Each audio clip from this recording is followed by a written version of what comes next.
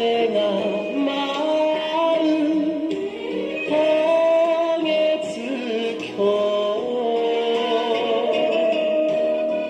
川の流れば水清しあなたと二人傘の中見上げれば嵐なま空の後ろに寄り添いながら忘れられないことの雪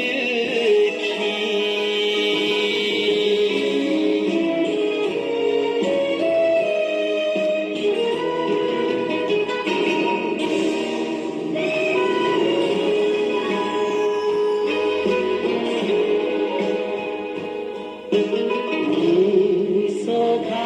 の晩に小雪降り除夜の鐘の音で響きます肩を並べて手を合わす絡め合うぬくもりが胸の鼓動に波がざわめく忘れられないことの旅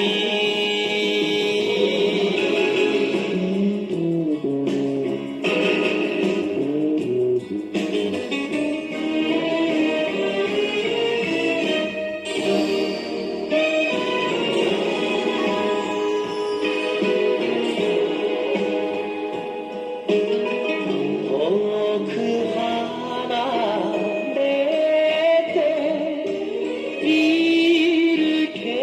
れど強い絆は変わらない幸せ運ぶ春の風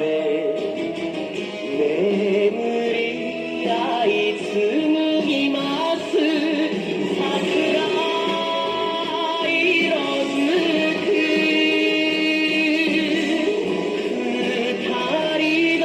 春を